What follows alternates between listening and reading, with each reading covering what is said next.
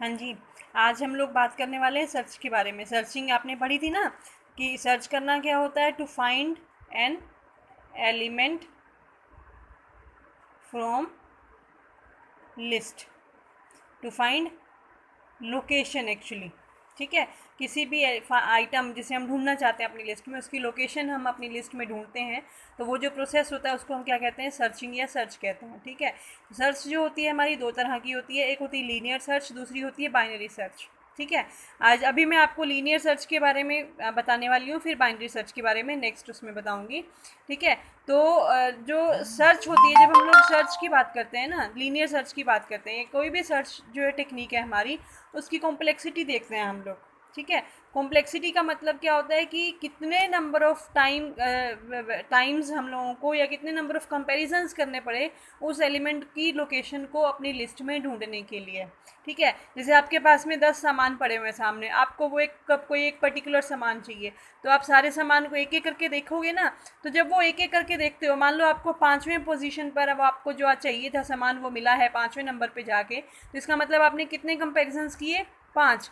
That means आपने 5 सामान देखे तब जाके आपको 5वीं पोजीशन पर वो एलिमेंट मिला है। दैट मीन्स आपकी जो कॉम्प्लेक्सिटी थी वो क्या थी, आपकी कितने नंबर ऑफ कंपेरिजन्स आप करते हो उस लिस्ट में आपने आइटम को सर्च करने के लिए। ये मैंने उसकी डेफिनेशन भी यहाँ लिखी है। ठीक है, अब जो कॉम्प्लेक्सिटी होती है वो हमारी होती है 3 तरह की।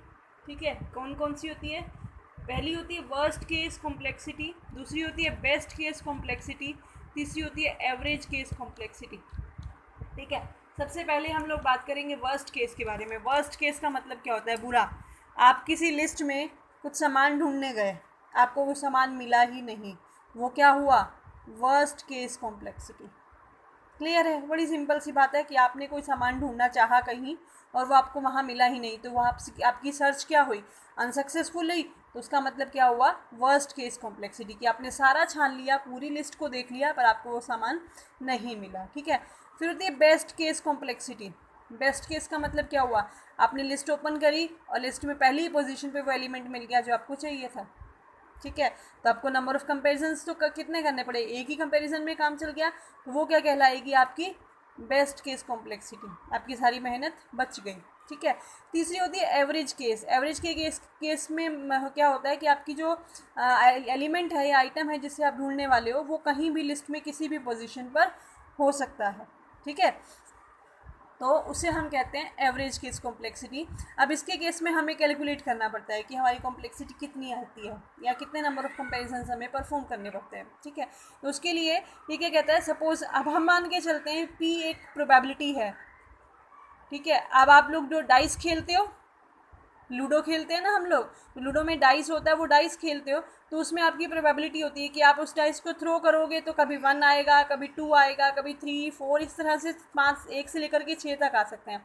तो किसी भी एक के आने की जो प्रोबेबिलिटी होती है, चांसेस होते हैं, वो कितना होता है, 1/6 होता है। तो इसी तरह उसी टर्म्स पे हम लोग यहाँ काम करने वाले हैं, वही सोच लेके हम यहाँ काम करने वाले हैं। तो हम ये मान के चलते हैं, suppose P is the probability that item appears in the list. P एक प्रोबेबिलिटी है कि आइटम लिस्ट में है। ठीक है, और क्यू एक प्रोबेबिलिटी है कि आइटम लिस्ट में नहीं है। ठीक है, तो अब सीधी सी बात, जब हम ये देखेंगे, पी प्रोबेबिलिटी है और आइटम है और आइटम नहीं है, ये मिलाकर के क्या बनता है, आपका 1 बनता है। या तो आइटम मिलेगा, तो नहीं मिलने वाली जो प्रोबेबिलिटी है वो 0 हो जाएगी, आंसर 1 रहेगा। अगर आइटम आपको नहीं मिला है तो मिलने वाली प्रोबेबिलिटी 0 हो जाएगी, फिर भी आंसर 1 रहेगा। तो इसी को हम लोगों ने यहाँ इस्तेमाल किया है कि क्या कहता है, P1 plus P2 P3 P4। हम मान के चल रहे हैं कि हमारी लिस्ट में कितने एलिमेंट्स हैं, हम मान के चल रहे हैं हमारी लिस्ट में n एलिमेंट्स हैं।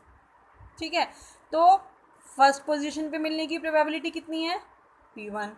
सेकेंड पोजीशन पे मिलने की प्रोबेबिलिटी P2, थर्ड पे मिलने की प्रोबेबिलिटी P3, इसी तरह से nth पोजीशन पर मिलने की प्रोबेबिलिटी Pn प्लस ना मिलने की प्रोबेबिलिटी Q।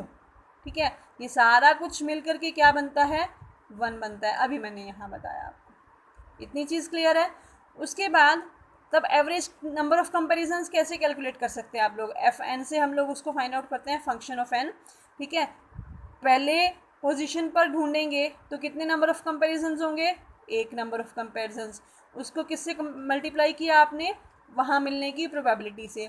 दूसरी पोजीशन पे ढूंढने के लिए 2 कंपेरिजन्स होंगे, कितने उसकी प्रोबेबिलिटी कितनी है, P2। तीसरी पोजीशन के लिए नंबर ऑफ कंपेरिजन्स 3 और P3 से मल्टीप्लाई किया। इसी तरह से nth पोजीशन पे नंबर ऑफ कंपेरिजन्स n हो जाएंगे और Pn उसकी प्रोबेबिलिटी रहेगी।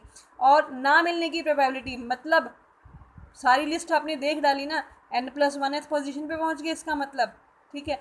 तो वहाँ ना मिलने की प्रोबेबिलिटी वाली जो पोजीशन है वो कौन सी है, n+1, और उसको आपने q से मल्टीप्लाई कर दिया, ठीक है। अब जब ये कहता है कि अगर q is small, that means item जो है लिस्ट में है ही है, हम ये मान के चलें, तो उस केस में क्या होगा, उस केस में q वेरी स्मॉल होगा, ठीक है। q वेरी स्मॉल होगा तो हम उसको नेग्लिजिबल मान लेते हैं, नेग्लिजिबल मानने का मतलब हम उसको इक्वल टू 0 मान लेते हैं, ठीक है। और अगली बात, किसी भी पोजीशन पे एलिमेंट के मिलने की प्रोबेबिलिटी क्या है, 1/n है, ठीक है। जब आप डाइस फेंकते हो तो 1/6 प्रोबेबिलिटी होती है कि 1 आएगा या 2 आएगा या 3 आएगा, 4 आएगा या 5 आएगा या 6 आएगा। तो उसको हम लोग यहाँ यूज़ करते हैं हम लोग, तो P1 जो है वैल्यू वो क्या है, 1/n। इसी तरह से जो पीछे वाली इक्वेशन लिखी हुई थी वही है ये, उसमें P1 P2 P3 लिखा था ना, उसकी जगह हम लोग 1/n इस्तेमाल कर रहे हैं, क्योंकि किसी भी पोजीशन पर एलिमेंट के मिलने की प्रोबेबिलिटी क्या है, 1/n है। अगर डाइस फेंकते हो तो वहाँ पर प्रोबेबिलिटी होती है 1/6, क्योंकि उसके 6 फेसिस हैं, क्योंकि 6 एलिमेंट्स हैं उसमें, यहाँ एलिमेंट्स n है तो उसकी प्रोबेबिलिटी क्या होगी, हर एक पोजीशन पर मिलने की 1/n होगी। तो यहाँ ये हम लोगों ने सब जगह पुट कर दिया, n इंटू 1/n हो गया, और q को पुट कर दिया n+1 के साथ मल्टीप्लाई किया, तो वो 0 हो गया। अब इस इक्वेशन को हम लोग सोल्व करने की कोशिश करें, 1 2 3 4 5 अप टू n, सब में कॉमन क्या है, 1/n कॉमन है ना, तो हमने 1/n को बाहर निकाल लिया है, कॉमन आउट कर लिया, और अंदर बच गया 1 + 2 + 3 अप टू n। अब अगर आप ये ध्यान से पढ़ो तो ये क्या है, ये एक अर्थमेटिक प्रोग्रेशन सीरीज़ है, ठीक है, आपने मैथ्स में पढ़ी होगी पहले। तो इसकी जगह AP जो होती है ये, इसका शॉर्ट में आंसर हमें समेशन क्या मिलता है, इसका समेशन हमें ये मिलता है n इंटू n+1/2 और साथ में 1/n। अब n से n कैंसिल हुआ, बचा क्या, n+1/2, दैट मीन्स n/2। तो ये क्या कहना चाहता है, जो कॉम्प्लेक्सिटी अब हमारी फाइंड आउट हुई है एवरेज केस में, तो एवरेज नंबर ऑफ कंपेरिजन्स कितने करने पड़ते